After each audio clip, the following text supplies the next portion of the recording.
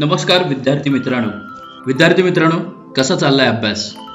मी doctor Pramod आपल्या all exams MCQs in Marathi या YouTube चॅनलवर आपले स्वागत करतो। विद्यार्थी मित्रांनो, आज मी तुमच्यासाठी एक सराव प्रश्नसंच घेऊन आलेलो आहे। हे प्रश्न नक्कीच तुम्हाला परीक्षेत मदत करतील अशी अपेक्षा करतो आणि मी माझ्या पहिल्या प्रश्नाकडे वळतो। आपला पहिला प्रश्न आहे, महाराष्ट्रातील पहिले जलविद्युत केंद्र कुठे आहे? महाराष्ट्रातले पहिले जलविद्युत केंद्र कुठे आहे? सातारा, मुंबई, चंद्रपूर का खोपोली? विद्यार्थी मित्रांनो, महत्त्वाचे प्रश्नसंच घेऊन आलेला आहे जे की तुम्हाला नक्कीच परीक्षेत मदत करतील आणि पहिले जलविद्युत केंद्र खोपोली रायगड येथे आहे। क्वेश्चन नंबर 2, भारताचा सर्वात उंच मिनार कोणता आहे? भारतात सर्वात उंच मिनार कोणता आहे? चार मिनार का झुलता मिनार, शहीद मिनार का कुतुब मिनार? सर्वांना उत्तर माहित असावं। या प्रकारचे प्रश्न परीक्षेत विचारले जातात विद्यार्थी मित्रांनो आणि सर्वात उंच कुतुब मिनार हा मिनार आहे। क्वेश्चन नंबर 3, सूर्याकडून पृथ्वीवर येणारी डॅश डॅश टक्के अतिनील किरणे ओझोनच्या थरामुळे अडवली जातात। सूर्याकडून येणारी किती % अतिनील किरणे ओझोन लेयरमुळे अडवली जातात? तर ती आहेत जवळजवळ 99% अतिनील किरणे अडवली जातात। क्वेश्चन नंबर 4, प्रथम भारतीय अंतराळवीर कोण आहेत? प्रथम भारतीय अंतराळवीर कोण आहेत? सगळे इंडियन्स आहेत ऍक्च्युली। तर इंडियामध्ये पहिला कोण असा प्रश्न आहे विद्यार्थी मित्रांनो। तर ते आहेत राकेश शर्मा, लक्षात ठेवायचंय। क्वेश्चन नंबर 5, ध्वनीची तीव्रता मोजण्याचे एकक कोणते? ध्वनीची तीव्रता मोजण्याचे एकक कोणते? ऑप्शन्स मी दिलेले आहेत विद्यार्थी मित्रांनो। Sound unit. So sound measurement done by decibel हे युनिट आहे। महाराष्ट्राला किती किलोमीटर लांबीचा समुद्र किनारा लाभला आहे? महत्वाचा प्रश्न आहे। किती किलोमीटर लांबीचा समुद्र किनारा महाराष्ट्राला लाभला आहे?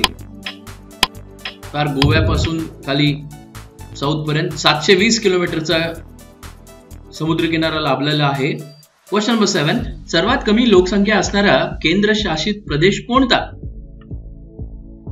लडाख, दादरा नगर हवेली, लक्षद्वीप का दीव दमन? सर्वात कमी लोकसंख्या असणारा केंद्रशासित प्रदेश आणि तो आहे लक्षद्वीप, लक्षात ठेवायचं आहे। क्वेश्चन नंबर 8, भारतीय संविधान सभेने राष्ट्रीय ध्वजाचे स्वरूप कधी स्वीकारले? भारतीय संविधान सभेने राष्ट्रीय ध्वज चे स्वरूप कधी स्वीकारले? डेट्स मी दिलेले आहेत विद्यार्थी मित्रांनो, ट्राय करा याच्यातलं उत्तर शोधून काढण्याचा। राष्ट्रीय ध्वजाचे स्वरूप 22 जुलै 1947 रोजी स्वीकारले गेले। क्वेश्चन नंबर 9, भारतात पवन ऊर्जेचा विकास कधी सुरू झाला? भारतात पवन ऊर्जा विंड एनर्जी कधी सुरू झाला?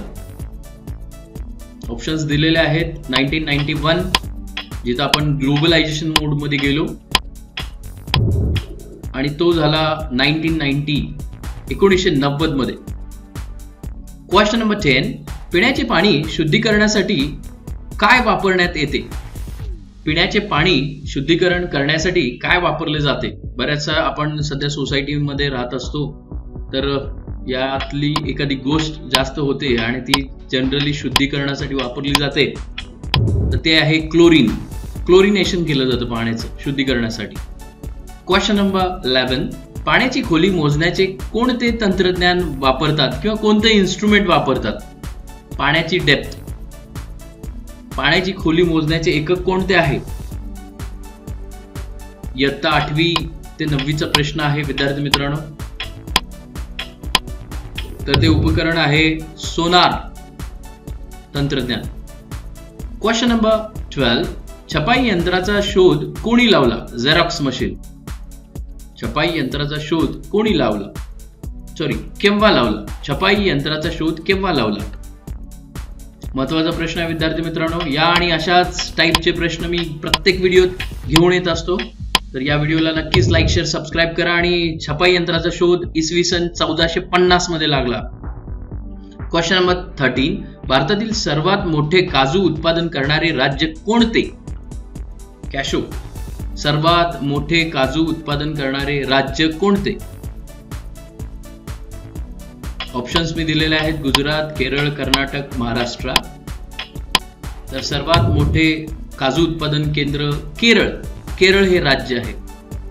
Question number 14. भारतातील सगळ्यात मोठा लष्करी सन्मान कोणता?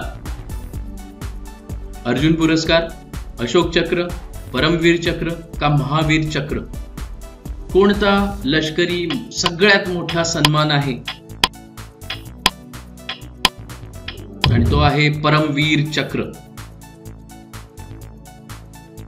Question number 15. भारतातील सर्वात लांब बोगदा कोणता आहे? भारतामधला सर्वात लांब बोगदा टनेल कोणता आहे? रोहतांग, अटल रोड, कामशेत का जवाहर? लक्षात ठेवायचं विद्यार्थी मित्रांनो, महत्वाचे प्रश्न आहेत आणि याच टाईपचे प्रश्न मी घेऊन येतोय. बरेच प्रयत्न आमची टीम करते, तर तुमचा प्रतिसाद हवा आहे आम्हाला. सबस्क्राईब करत चला. तर सर्वात मोठा बोगदा अटल रोड बोगदा हा आहे. तर विद्यार्थी मित्रांनो, तुमचं हे काम आहे. हा बोगदा कुठं आहे, किती लांबीचा आहे, त्याचे डायमेन्शन्स तुम्हाला माहित असावे. परीक्षेला विचारला जातात. Question number 16. भारतीय चलनावरील नोटेवर किती भाषा लिहिलेल्या असतात? How many languages are there in currency of India? भारतातील चलनावरील नोटेवर किती भाषा लिहिलेल्या असतात? कधी बघायचा योग आला तरी नक्की मोजून बघा. तर जवळजवळ 17 भाषा लिहिलेल्या असतात. Question number 17. जागतिक रेडिओ दिवस केव्हा साजरा केला जातो? दिवस आणि त्यांचे महत्व हे नक्कीच विचारलं जातं आणि ह्या गोष्टी माहीतच असाव्यात.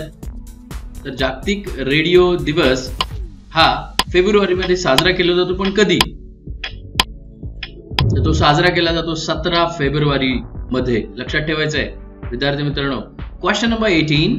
पेसमेकर हे डॅश डॅशचा त्रास होणाऱ्या रुग्णांकरता वापरतात.